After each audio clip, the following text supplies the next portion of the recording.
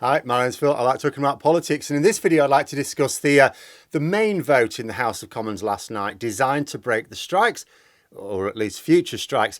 In reality, of course, it is a ploy designed purely to keep the Tories' warring factions duct taped together and attempt to blame Labour for the mess that 13 years of Conservative government has left us with.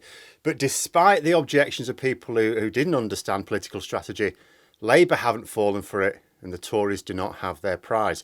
But first, if you'd like to be notified of daily news in politics, please subscribe to the channel and click the bell notification icon. So the strikes bill was voted on last night. Very predictably, it won easily as Conservative MPs overwhelmingly backed it. The only non-Tory support was from a DUP MP, single one, although that was countered by another single DUP vote against it. All of the parties voted against it. Or, should we put it another way, all of the parties representing the majority of voters at the last election voted against it, yet the vote passed. Another example of the failure of our system. The bill aims to undermine strikes by saying that, yeah, in principle, we accept the right for workers to strike, but you have to make sure that the work still carries on while you're striking, you know. A minimum service levels bill. The government claimed that the bill aims to protect people from what they characterise as labour-fuelled strikes, bringing the country to its knees. The problem is that this is a strategy that they intended and have been pushing very hard, but Labour have deprived them of the necessary oxygen for it to work. Last summer, Starmer insisted that members of his front bench not attend picket lines. Now, he was criticised by people who either want the Tories in power or just don't understand politics.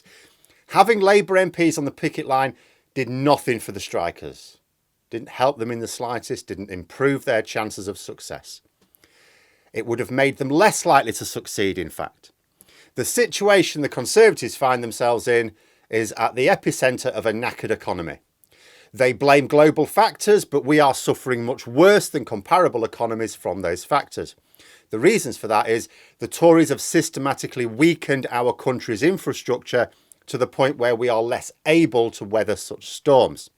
They've dismantled our public services, raised trade barriers with our most important export and import market, dramatically reduced the standard of living through years of real-term pay cuts, and given us not just evil, but stupid evil ministers to preside over the country in our time of need. And the damage of their years of rule is clear for almost all to see now. For most of their time in office, they began by blaming the last Labour government. Oh, we're only doing this because the last Labour government left us in such a mess. And unfortunately, Labour weren't able or willing to counter that view. Then it became less effective as time went on. People were going, well, hang on a minute, you've now been in power for quite a long time. So then their next trick was to say, yes, but the next Labour government will be much worse. Oh, you think we're bad? Oh, you wait till you see what Labour are like. But neither of these arguments are sticking now. Most people do not regard Keir Starmer's Labour as dangerously revolutionary. You know, Starmer's not seen as a threat to most voters. So the Conservatives tried a different tactic in order to blame Labour for the mess the country's in, which is now very challenging after 12 and a half years. Fuel the strikes, let them run, let them become widespread. The Tory client media will happily explain how our economic problems are actually being caused by the strikes. Labour MPs will flock to the union's banners and we can say that they are acting as agents provocateurs. The Tories will say that they could have come to a reasonable compromise, but for Labour agitating and urging the unions to continue their damaging strikes, in return, no doubt, for backhand deals, promises of riches in government that will bankrupt the country.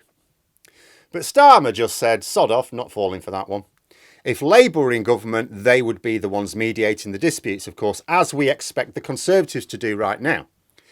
So as the government in waiting, obviously they can't afford to be seen to be on one side or the other, especially when the Tories are attempting a classic divide and rule distraction. I mean, for anyone who pays attention to these things, if you've been looking at the Conservatives' campaign literature, going back to last summer now, they're trying to characterise the strikes as Labour strikes. Labour's in the union's pockets. It's quite funny. One of their most prevalent ones has a picture of Mick Lynch with Keir Starmer in his pocket. It's a bit like, yeah, the RMT, the union Mick Lynch Mick Lynch represents isn't affiliated with Labour at all. But what they're trying to say is, with Labour, you get mass strikes. Trying to make people look back to the 1970s when it finished off Callaghan's Labour government. But it's not working.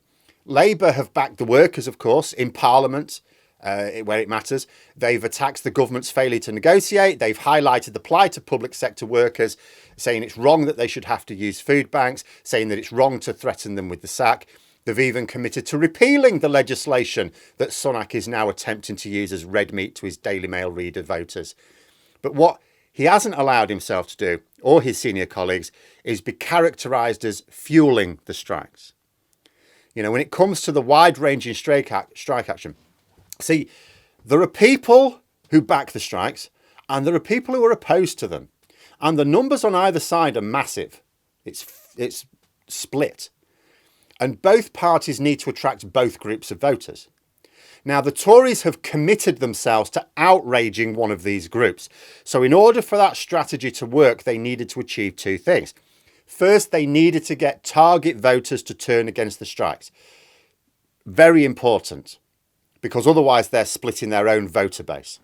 With the persistent campaign in the mainstream media backing the government's line, this has actually partially worked. It's failed badly so far for the NHS strikes, but in other regards, it has partially worked. But second, they needed to get Labour onto the opposite side. But this has certainly failed because Labour have positioned themselves basically in the centre as the referee, if anything. In terms of what happens now, obviously the bill is not law.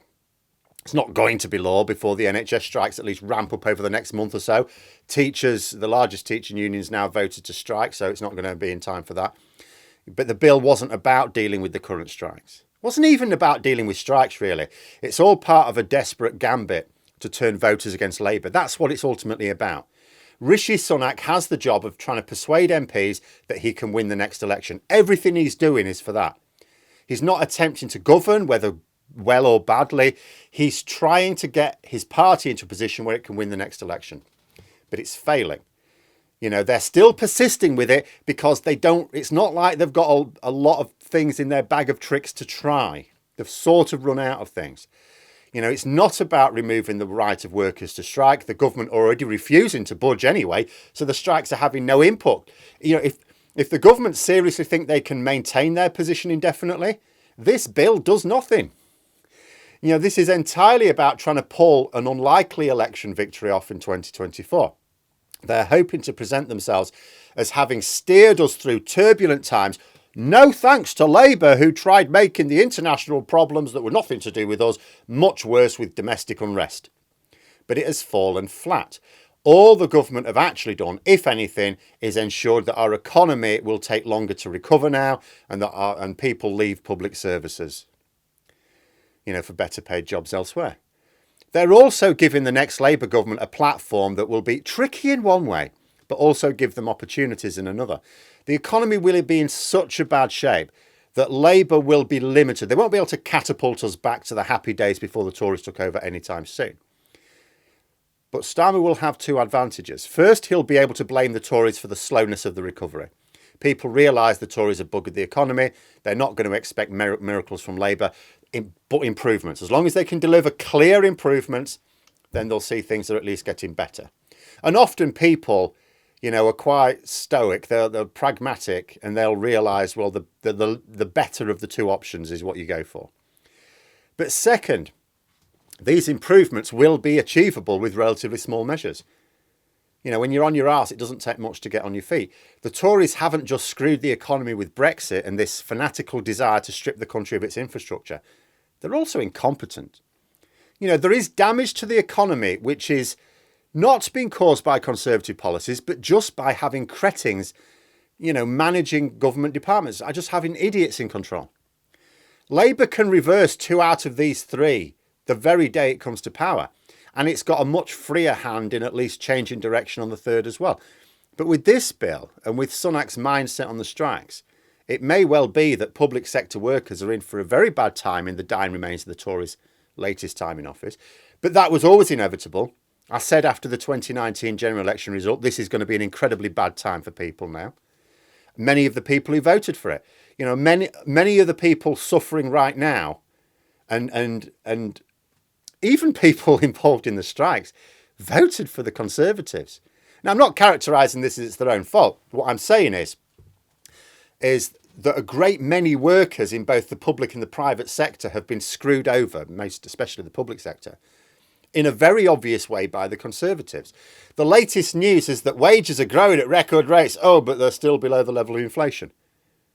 Well, then they're not growing, are they? They're still shrinking.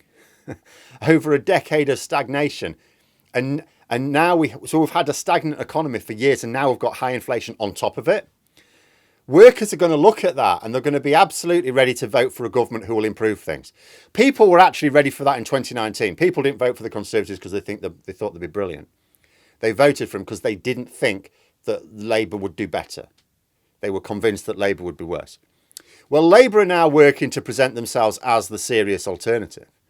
You know, the latest polls, they're not showing that the Tories are winning the battle.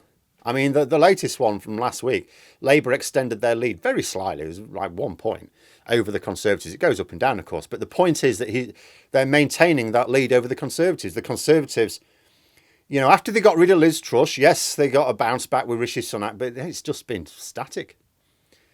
You know, and in the head-to-head, Starmer's, you know, gone ahead again by 3 points, by an extra 3 points, that is.